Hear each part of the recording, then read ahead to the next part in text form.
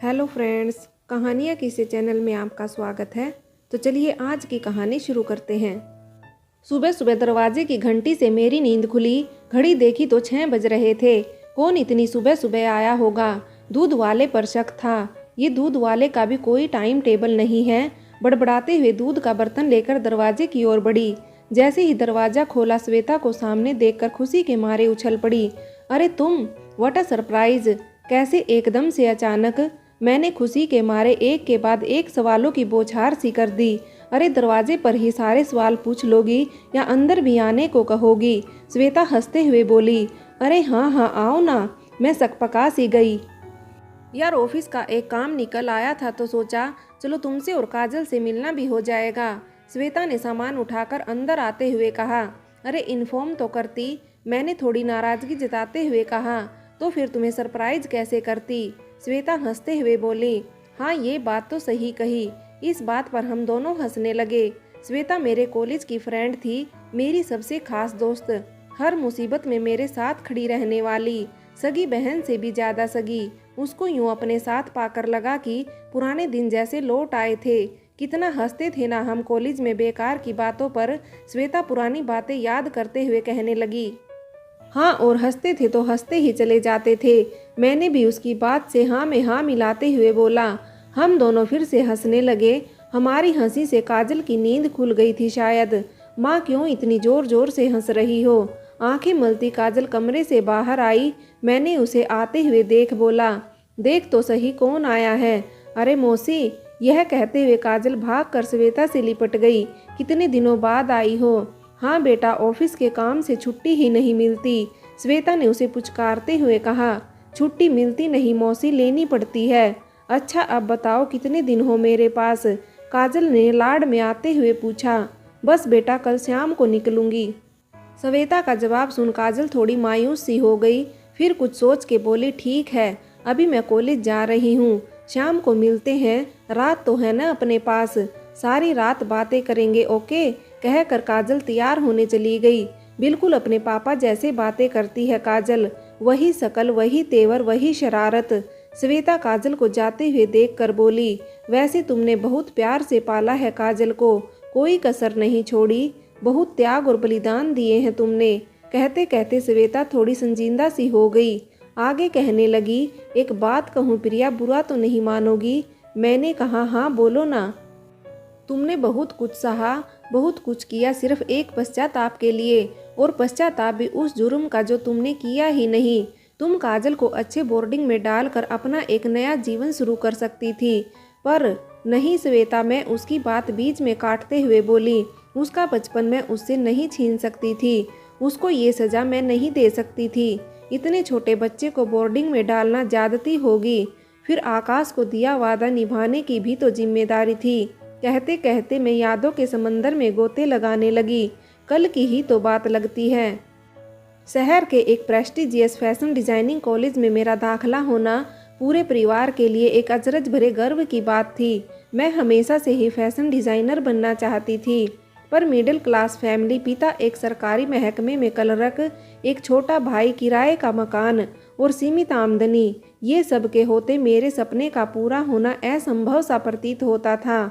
और तो और उस वक्त मध्यम वर्गीय परिवार के बच्चे ऐसा प्रोफेशन चुनने का सोच ही नहीं सकते, और समाज भी ऐसा नहीं था। लड़कियां खास तौर पर टीचर या नर्सिंग का कोर्स ही चुनती थी। मुझे अच्छे से याद है जब मैंने पिताजी को इस बारे में बताया था तो उन्होंने सीधा कहा था कि टेलर बनोगी, बीए करो और घर के काम सीखो, यही तुम्हारे काम आएगा, और ऐसे कोर्स की फीस भरने की मेरी हिम्मत नहीं है। पर माँ ने मुझे पूरा सपोर्ट किया और पिताजी को मना ही लिया, और मैं निकल पड़ी अपने सपनों का संसार बसाने। पर ये राहें इतनी आसान न थी। फैशन डिजाइनिंग एक तो वैसे ही हाई प्रोफाइल अपर क्लास वर्ग का प्रोफेशन, और ऊपर से शहर का नामी कॉलेज। पहले दिन बड़ी ही नर्वस थी। कॉलेज में घुसते ही वहाँ का माहौल देख नर्वसनेस और बढ़ गई। लड़के लड़कियों के फैशनेबल ड्रेसेस और हाव भाव देखते ही बनते थे जैसे कोई फैशन परेड हो रही हो। बिल्कुल फिल्मी कॉलेज जैसा माहौल। डरते डरते रिसेप्शन पर पहुंची और वहां बैठी मैडम से पूछा, मैम फर्स्ट ईयर की क्लास कहाँ लगेगी? मैम ने साइड में लगे बोर्ड की तरफ इशारा कर दिया। बोर्ड पर लगी लिस्ट में फर्स्ट ईयर का रूम का नंबर देखकर क्लासरूम की तरफ चल पड़ी। मन में बड़ी उलझन थी। रह रह कर मन में कई तरह के सवाल घूम रहे थे। इस माहौल में ढल पाऊंगी या नहीं। मेरे जैसा कोई मिडिल क्लास नॉर्मल लुकिंग तो कोई दूर दूर तक नजर ही नहीं आ रहा था। एक बार तो ख्याल आया कि लगता है गलत डिसीजन ले लिया, पर अचानक से माँ बाबूजी का चेहरा आंखों के सामने घूम गया। कितने सपने होंगे उनके मेरे को लेकर। कितनी मुश्किलों से उन्होंने मेरे एडमिशन के लिए पैसों की व्यवस्था की थी। माँ ने कितना संघर्ष किया मेरे इस डिसीजन को असली जामा पहनाने में। ये सोचते ही जिम्मेदारी का एहसास हुआ। सोचते सोचते क्लासरूम तक पहुंच गई।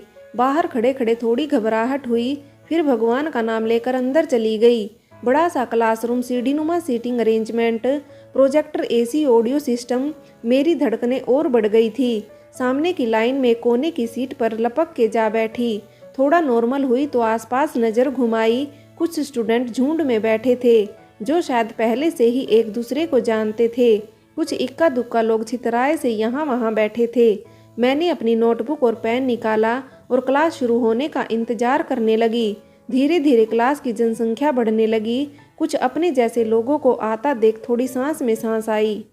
उन्हीं लोगों में से एक लड़की मेरे पास आकर बैठ गई।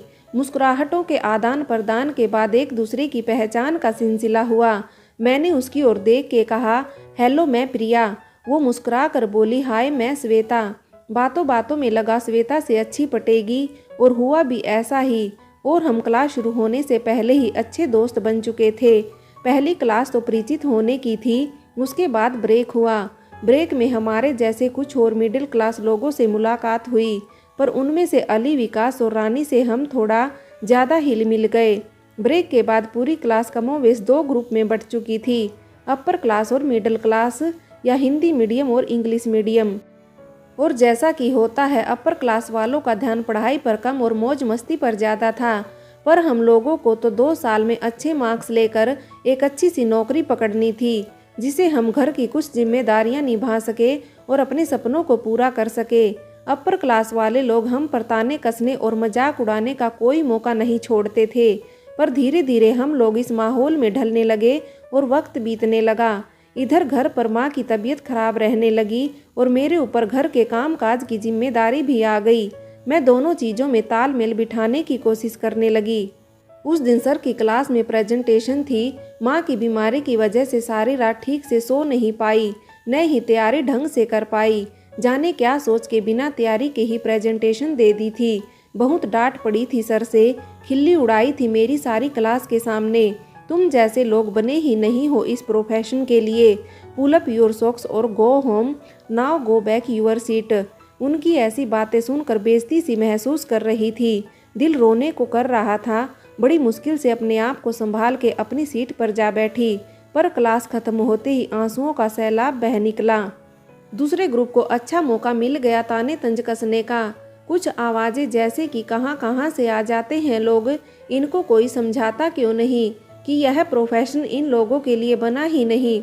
ब्लडी फूल्स जैसी आवाज़ें कानों में पिघलते शीशे की भांति लग रही थी। अली, श्वेता सब के सब मुझे चुप कराने में लगे हुए थे। कुछ और लोग भी हिंदी मीडियम ग्रुप के वहाँ सहानुभूतिवश मेरे इर्द गिर्द खड़े थे, पर धीरे धीरे सब क्लास के बाहर निकल गए। बस रह गए तो श्वेता, अली, विकास और रानी। इन आंसुओं को यूं जाया न करो। पीछे से अचानक आई इस आवाज़ से मेरा रोना भी एक बार रुक सा गया। आंसुओं की बूंद अगर जमीन पर गिर जाए तो जाया हो जाती हैं, पर अगर इसे पी जाओ तो ये उस आग को भी सींच देती हैं जो हर शख्स को जरूरी है लड़ने के लिए इस सेल्फिश और मौका प्रस्त दुनिया से। इनको अपनी कमजोरी नहीं, ताकत बनाओ। लड़ाई बस डटे रहने की है, हिम्मत मत हारो। जितना ये दुनिया तुम्हें नीचे दिखाए उतना ही ऊपर देखने की कोशिश करो।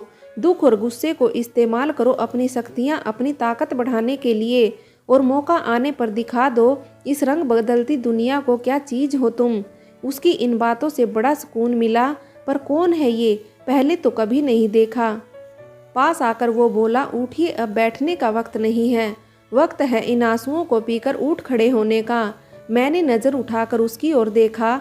मुस्कुराता हुआ चेहरा, लंबी कदकाठी। न जाने क्यों उसकी बातों पर विश्वास करने का मन हो रहा था। मेरे आंसू खुद ब खुद रुक गए। वो मुस्कुरा कर चला गया। और मैं उसकी ओर देखती रह गई। सब आपस में पूछने लगे, यार ये है कौन? अली ने बताया, ये आकाश है, अक्सर लास्ट की बेंच पर बैठता है। सभी ये कह रहे थे, यार कभी नोटिस नहीं किया, पर उसकी बातों में दम था। ये तो सब एक्सेप्ट कर रहे थे। अभी तक मैंने उसे नोटिस नहीं किया था, पर अब मैं नोटिस करने लगी थी। वो एक मस्तमौला टाइप था, औरों से बिल्कुल अलग। किसी ग्रुप में न होकर भी वो सब में था। साथ रहकर अलग और अलग रहकर साथ रहने का हुनर उसे दूसरों से अलग बनाता था। उसका स्टाइल बिल्कुल अलग था। वो कभी लाइब्रेरी की खिड़की में पैर फैलाए बैठा पढ़ते मिल जाता था, या स्कूटर स्टैंड में खड़ी किसी बाइक की सीट पर लेटकर धूप सेकते हुए, या कैंटीन में ब्रेड में समोसा लगाकर खाते हुए देखा जा सकता था। अक्सर जीन्स और टी शर्ट की साधारण ड्रेसिंग और उसके इस तरह की जीवन शैली का कई लोग मजाक भी उड़ाते थे, पर उस पर रत्ती भर भी फर्क नहीं पड़ता था। उसकी ये यूनिकनेस ही उसे सबसे अलग बनाती थी। उस दिन उसकी दिल छू लेने वाली तसल्ली ने मेरे मन में उसके लिए एक अलग सॉफ्ट कॉर्नर बना दिया था। मैं अब उसे नोटिस करने लगी थी। कॉलेज में मिलने पर हाय हेलो होने लगी। हमारा ग्रुप भी उसे उस दिन के बाद से पसंद करने लगा, और वो भी कभी कभार हमारे ग्रुप में आने लगा। जब उसे नोटिस करने लगी तो पाया कि उसकी इस बेफिक्री में एक फिक्र थी, उसकी इस बेपरवाही में भी एक परवाह थी। सिंपल सी दिखने वाली उसकी इस लाइफ में एक कॉम्प्लेक्स सा एम था। उसकी लंबे लंबे डग भरने वाली चाल बताती थी कि उसे अपने लक्ष्य को पाने की जल्दी थी। शायद आकाश जैसा नाम था उसका, वैसा ही व्यक्तित्व था। विस्तृत विराट, अपने में ब्रह्मांड समाये, फिर भी एक शून्य सा सूनापन।